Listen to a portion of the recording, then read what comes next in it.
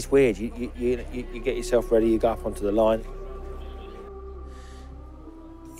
It's a real horrible feeling. It's like you're saying goodbye to everyone. It's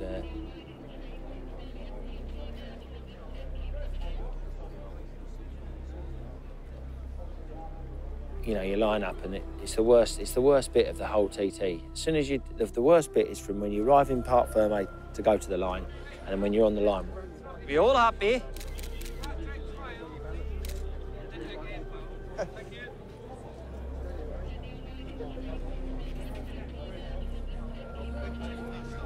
All the people around you that have been with you all week, and your family and your friends and your kids, and you, them 5-6 minutes before you get pushed through the barrier where, you know, it's a minute to go. It's hell, really. You could, yeah. It's like, it is literally the way to explain it. It's like you're saying goodbye to everyone, and you're not coming back. And unfortunately, it does happen sometimes, and we've been lucky enough it's not happened to us, and hopefully it won't happen in the future.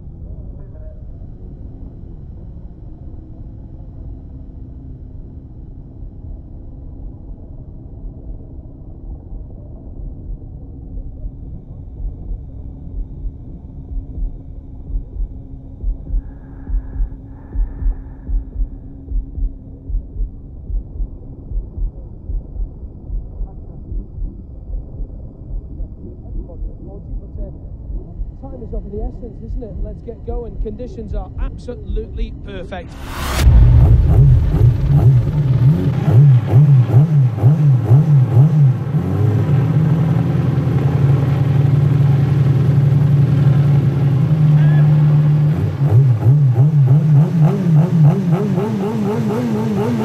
All eyes on Ben and Tom Birchall.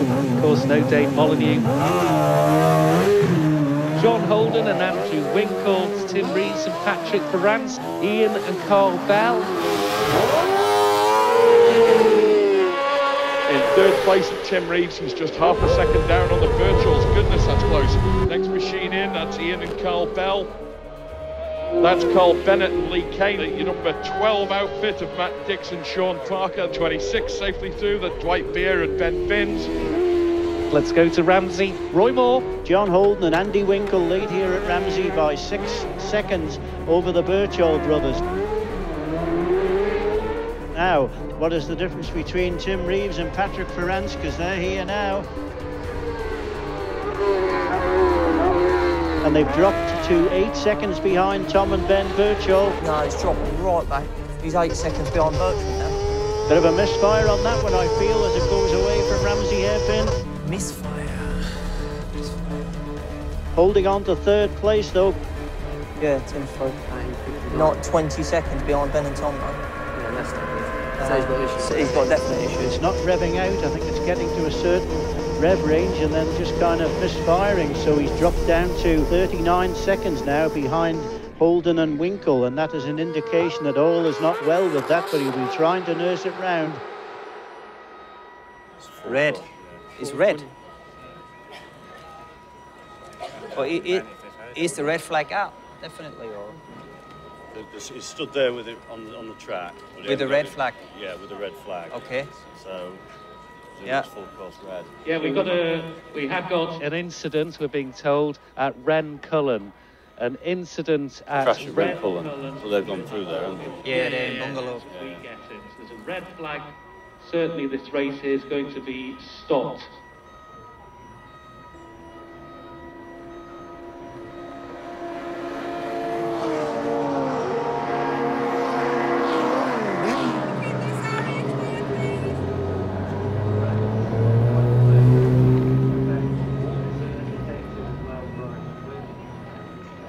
Wait, that fell off twice though. No, it didn't, did it? Fuck it. What, and you had to try and push it on? What's happened? Got a red flag. Red colour. Yeah, red colour. It's got no go at all. We were watching you, you're just going backwards. Take the fair enough. Where's the box? Who's got the box? Grab Tobes, grab a screwdriver at the box. That's right. It's not as good as the other engine as the other engine. It had a full tank of fuel though. It's not as good as, yeah, but it's still, yeah, but did you not feel it just didn't have no punch, did it? Whoa. Keep calm, keep calm. We have a red flag going out here at Ramsey, but we've been kind of a part of that decision one time before when they, remember Guy Martin, I think the race was on, and they definitely got an instruction for the red flag to go out here at Ramsey. You download it, see how punky it is. What's the number like?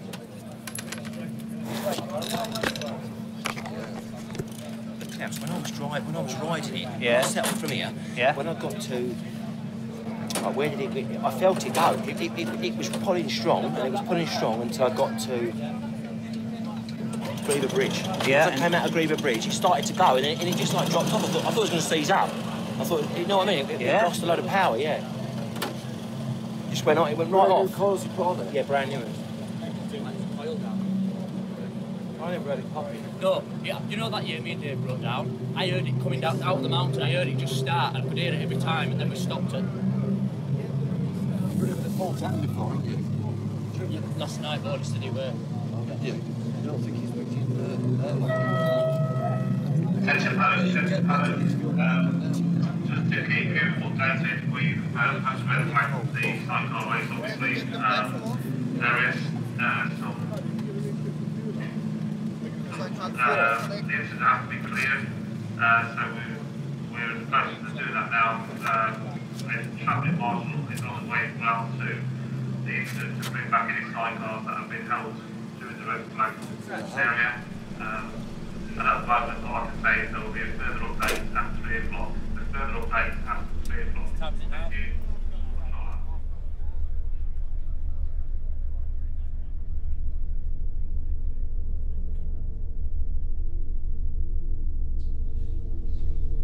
At that first moment in time, you're just looking for a way through the debris field. And you just know, that it's one of the lads.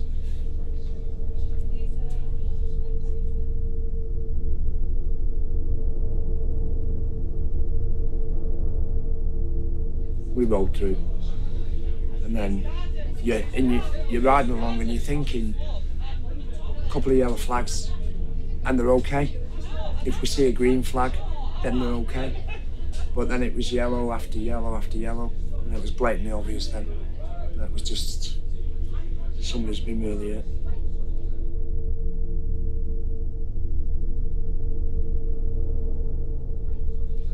So we all came back to the paddock. And again, the atmosphere is just...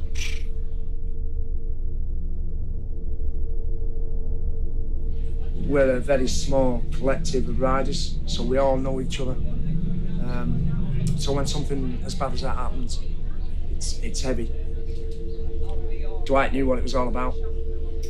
Him foremost, I mean, he moved completely and moved here for his dream. And he fulfilled his dream as well. And we all go out there every day and just hope that that doesn't happen to us. Spins is okay, because it's really hard, you don't know what to say. So I just dropped him a message saying, didn't know what to say, but hope everything's all right, get well soon. It's very heavy, and it is hard, but you get over it, because we all know it's there, it's part of the sport.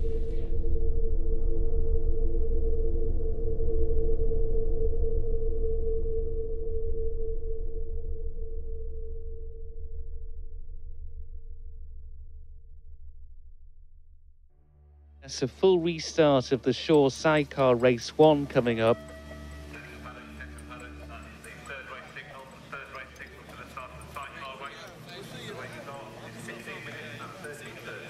We could hear the bike was misfiring, but finding a problem like this takes time. Obviously a restart and new ball game, etc., for these sidecar crews, but again, just back to the point we had right at the start of this, we have no Dave Molyneux, so a real opportunity for some of the other crews challenging for the podium. Certainly it must be difficult for the boys to get back on the start line again.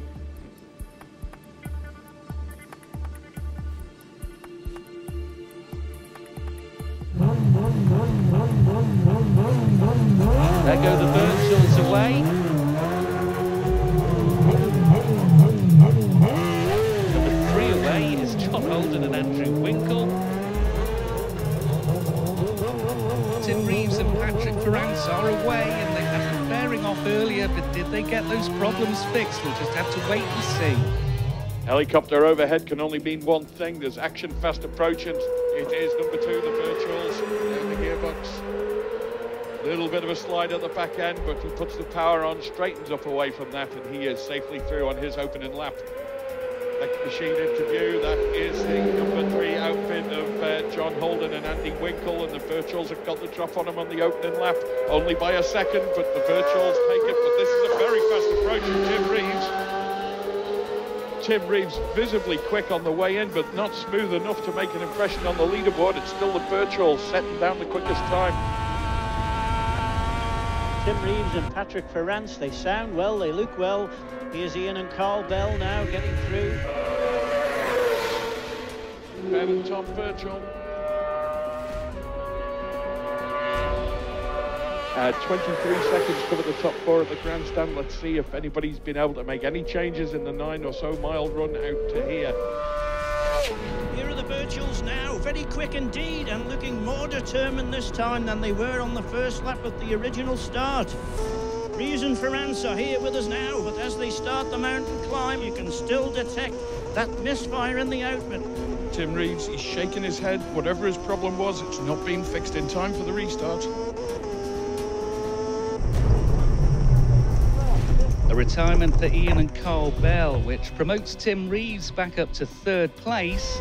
Bit of a misfire on that one, I feel, as it goes away from Ramsey hairpin. And we did notice that the bells did not go through the lap bridge. I can hear them, I can see the helicopter, here they go. And the new fastest sidecar team around the TT course, Ben and Tom Birchall, a new lap record, 116.798, taking the record away from Dave Molyneux. It's not been his day today. So the 3 pre-race favourites are running away from the rest of the field, but have Reeves and Farrance got a problem? Across the line, let's listen. Oh, it sounds rough that, it sounds like that's misfiring there. Colin Buckley and Robbie Shorter stopped at the pits, did the Carl Cox Motorsport outfit. Here with the race leaders, and it's a 10-second advantage.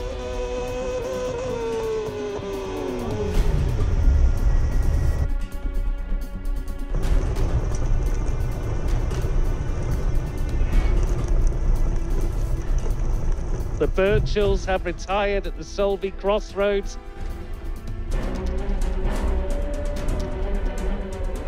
So now it's John Holden and Andy Winkle now, who probably will have seen the Birchall stationary by the side of the road. Dramatic last lap here in the sidecar, or restarted sidecar race. What is it going to be? Number 4, Tim Reeves and Pat Farrance, they're still hanging in there. The bike doesn't sound well, but it's still hanging on to 3rd place. John Holden and Andrew Winkle making that mountain climb.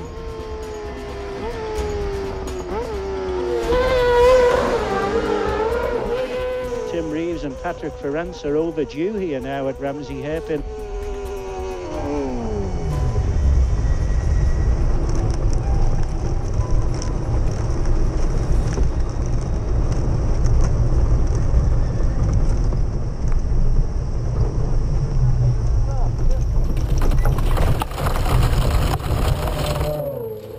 Glenduff, we've just been informed that Tim Reeves and Patrick Farrance have retired at Glenduff. That is the long straight going down from out on the western side. There's number 8.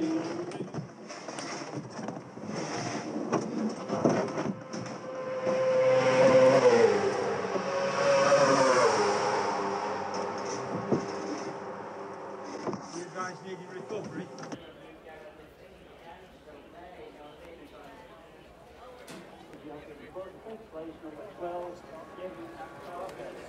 Fuck.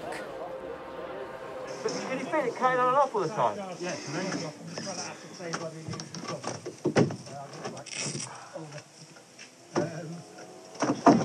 Are you guys going to need recovery? Yeah, we do really, don't we? Yeah, when you park up at the side of the road, anywhere around the circuit round here, it's a massive deflation.